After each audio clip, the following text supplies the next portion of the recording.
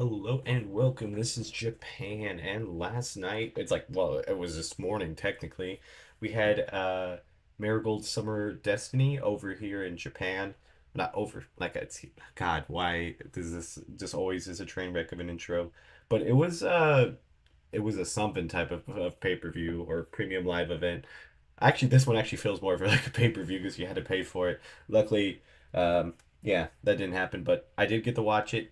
Watched it with Scar and French Fries that are part of the community, and it was overall just a grab bag of craziness. And we'll go one by one, and we'll figure it out. I also wanted to do something new with this tier list at the very end. I also have the pay per view or premium live event as its whole, and we'll also rank that on this too because yeah, it's kind of an interesting thing. And then whatever, do like a full ranking of other pay-per-views, it'll be a lot easier to see where I put it. So we'll start off with the pre-show match.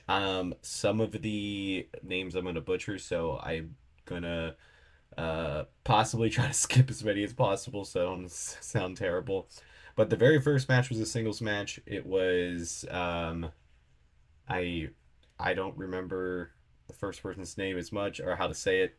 Overall, I thought the match was a really solid start to the thing. It was on the pre-show, so when you got those pre-show matches, you're like kind of like they're in there and they're trying to be impressive because like obviously you want to show up and show out because you're on the show, but like not quite on the show. So it kind of had that feel that like they went out there, did their best, but if they were actually on the show, that thing would have probably been a lot more polished and good. I'm gonna put it kind of middle of the road. It was B. I don't think it was the worst. I definitely think out of the pre-show matches, I want to say it was the best. But yeah. So next up would be the tag team match. Would be the Twin Towers versus I think it's just essentially one person and a mystery partner. It was just a tag team match. I don't think it was anything too crazy. I think both tag matches didn't quite work out as well. I think like all the solo matches were pretty solid, but this one I'm gonna put it in C overall. Nothing too crazy. I watched it again too because I hadn't really been paying attention to like the finer details, so I watched it again just right before recording. And again, I didn't really feel like it was anything too crazy. Just solid match, nothing. Something that deserves to be in the card, deserves to be shown, but nothing too bad. I do think it's better than this tag match. Like if I had to rank them, I do feel like this one is. I can't remember if this one was on the show or the pre-show, so I put it on the pre-show.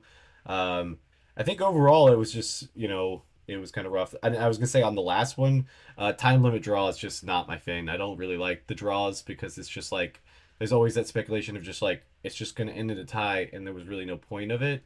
And I don't really like that type of thing. So that was the time limit draw, and I didn't like that. Then we start the actual show. I'm pretty sure this was the ones that were just solid on the show. This tag match for whatever reason I can't remember where it was, but I don't remember enjoying it too much. Then we have Shozuki versus Matsui. Uh, this was like just a banger. Like I did not expect it to go that hard because it was just so intense and just so much stuff was happening. It was like obviously it was only the first match, but it was like instantly my favorite, and it was very hard to knock that off the top of it because it was just such a good match. I would honestly put it in S tier. I mean, it was so good with so many good spots of them going after each other, and they had so much brutality around it.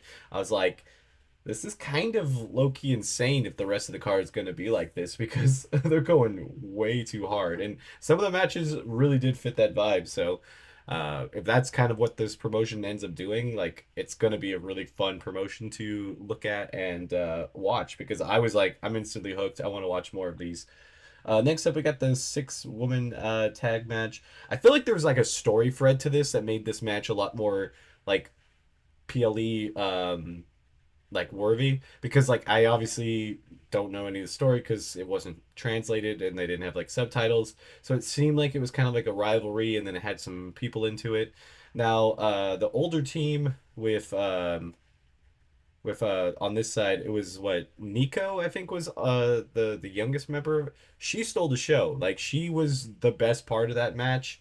I think overall, I think it was just a little bit a little bit too much with like having the six women in there, and then the probably the most nitpicky thing, but I just lost it, and everybody watching lost it, was the old ref. He just took forever on his slow counts, and we had to see him twice for this, and it was just yeah, I definitely think they could have done a better choice and got a better ref in there because it definitely broke the immersion because he was taking forever on those counts. Those were slow counts. But overall, I think the match was fine. I'm gonna put it in B. I feel like it was slightly better than the tag matches, but it definitely suffered from it. I feel really I'm pretty sure it's Nico that was on the winning side. If she wasn't in that match, I think this would have easily been like a C or maybe even a possibly D. But she sold like nobody's business, and then she had some great offense, and eventually got the pin too. So she got the whole celebration of that. Next up, we had the finalists for the championship match, which I was like, you're gonna have to go two matches on this. That is insane. It was Mireille versus Miko. I had heard of Mireille before. I had never heard of Miko, and I think I'm gonna be a good fan of Miko. Like I think like she's on that radar of like, okay, well if as long as I'm following this promotion, I'm gonna stand her, and I'm gonna when you see it, when we go over the next couple matches, it just you can see why because she, spoiler alert, wins this match and then has to face for the championship in like less than like an entrance. Like it was insane. She's still drinking water, half passed out in the corner, and she played it up with the being gassed, and I mean I think honestly you were just literally would be gassed in that situation. So back to the Mireille and Miko match. It started off really slow. It kind of had like the technical just stuff. It was beautiful. Like I feel like we kind of knew that was gonna kind of be a possibility with like them having two matches, like they had to do it. And then I was also thinking, I'm like, dude, it's crazy. Like the person has to learn two matches, and I know you go a lot of match flow and just do that, but like that's still a lot to remember everything and to do it, especially with how technical the first part of the wrestling was. It's like they really did some stuff, and then they did some good spots. I think overall, it was just that a beautiful match. I wouldn't say it's like the most showy match. It's definitely one of those matches that like you can appreciate in the time when you're watching it, but it wouldn't be a match that you probably go back to watch because of like there was not anything super crazy in it. I'm gonna put it in B. I feel like there's nothing wrong if you put it up higher, and there's nothing wrong if you put it lower. It's just kind of your feeling on wrestling. I kind of don't like that slow and technical thing. Like I understand the art of it and do it, but then I also like it then to turn into an all out brawl afterwards. And it kind of had some portions like that, but we also know it was going to be kind of limited because you know two matches in a row. That's kind of insane. Then we had the Miko win, and she was going against Bozilla, which is just a 5'11" beast of a person. She is absolutely dominating in size, and she definitely showed it. She tossed her around like it was nothing. It kind of gave me that Oba Fett, Wes Lee vibes from Heatwave, and yeah, it was really solid with that. And then Miko was able to she had some good offense, and then she had that great reversal into the pin, which was just exactly how that match needed to end because it was like, she's not going to pound for pound be able to beat her up. So she's got to be tactical. She's got to be smart. She's got to get that opportunity. And yeah, it was a great match. Definitely put it in the A tier. I feel like it was one of those matches. I feel like if they would have gave Miko the full night off and they actually could have just done a full match, like give them an extra like 3-4 minutes just to do some crazier spots, I think that could have easily slid into S tier.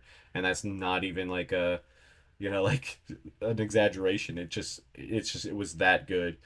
Then we go to the Queen of Queen match with Io Sky coming back. This was obviously the most hyped part of this match. Like I would have, if I could have got the opportunity to watch this PLE, I probably would have tried, but I really, really tried because of this match. I mean, also Julia, because like I love Julia too, but like because it was Io Sky, not in WWE, going back to Japan in a way that we never thought a lot of superstars would have. Um, but yeah, it was. What can you say about this match? It was just absolutely amazing. We had a primal EO that just did everything in her arsenal that she's just wanted to do. It kind of gave the shades of like when she was in Lucha Underground, and obviously like when she first got into the WWE, and it was just like she was out there. Just you could just tell she was in her element. She was happy. I really hope they let her do more of these matches.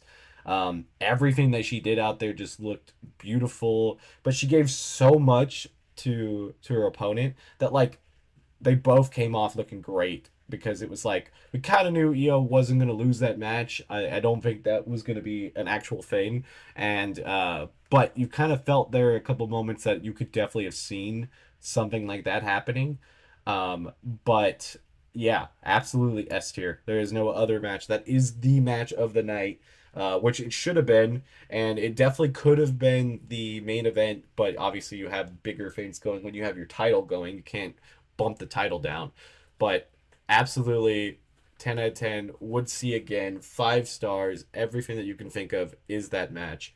Um, yeah, and so next up, we'll have Julia versus Sari. It was future WWE versus former WWE.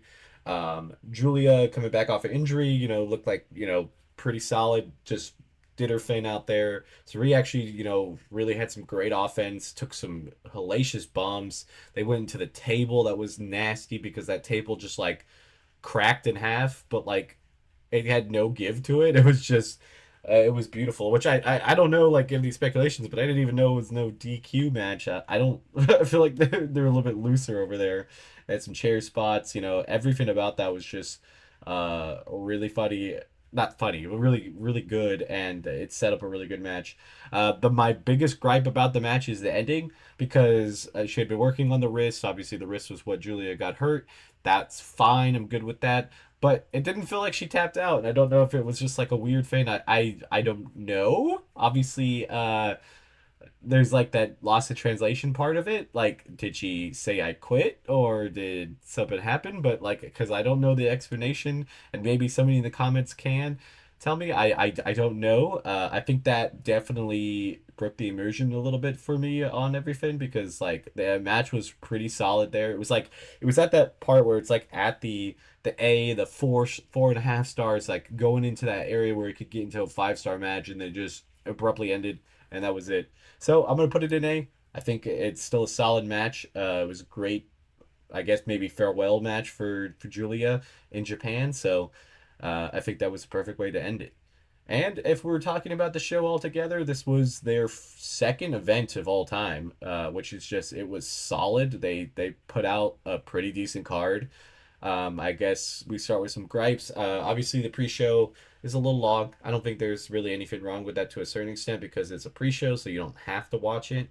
So that wouldn't be too bad. I feel like if anything, they could have definitely dropped the 6 woman tag team match out and maybe made a solo match with Nico and somebody else. I think that would have probably made the card elevated a little bit further up. I think the double match was necessarily it was good, like it was a good thing. It really showed off a lot of skills, but I think it definitely could have taken away from the other match of being like a S tier match. So I guess those would be my gripes. Very little, to be honest. Like all of it's just kind of like a small booking thing that is obviously the booker's thing and not the fans' thing to decide. So I can't really really say it's a bad thing. And then yeah, then we'll go with the good stuff. Obviously, the matches that were in the S and A tier were all bangers. They would all be matches that like I would say watch. The Io Sky match definitely seems like a match like hey, if you want to give somebody a really crazy cool match, that would be one to absolutely do. The aura in the match was just amazing too. I didn't really explain that as much, but Io coming down was great. Her opponent was just absolutely just a beast out there coming in. So I think with that, it really added a lot to the match. And overall, I'm gonna put the PLE at an A. I think it was solid. Like I said, very little things that could have like that just you know, messed it up from being like an S tier thing. But I think like an S tier PLE is almost impossible to find when you have a bigger card. Because if you would have just made a 5 match card, if you had these 4 matches and then just one of the random ones, that also would have brought the overall of the PLE up because you didn't have the pre-show stuff, which, again, I'm just judging it as a whole from start to finish. But absolutely amazing, absolutely a fan. I'm gonna try to keep up with this as much as possible. And if you like this content, don't forget to subscribe, comment, because if you guys interact with the video, then I know, hey, you guys like this, and I will try to stay up on it, you know, with news and match ratings and PLEs and everything. And if you guys want, I'm gonna try to post the Discord link, and it's Discord. It is for my Twitch, so there'll be like a lot of Twitch stuff and gaming stuff in it, but there's also a lot of wrestling stuff, and if, hopefully we can start building up a little wrestling community. So maybe we can do some watch parties when these come up, because it was fun to watch with other people and you know, chat and talk about it. So until next time, this has been Japan. Bye, guys.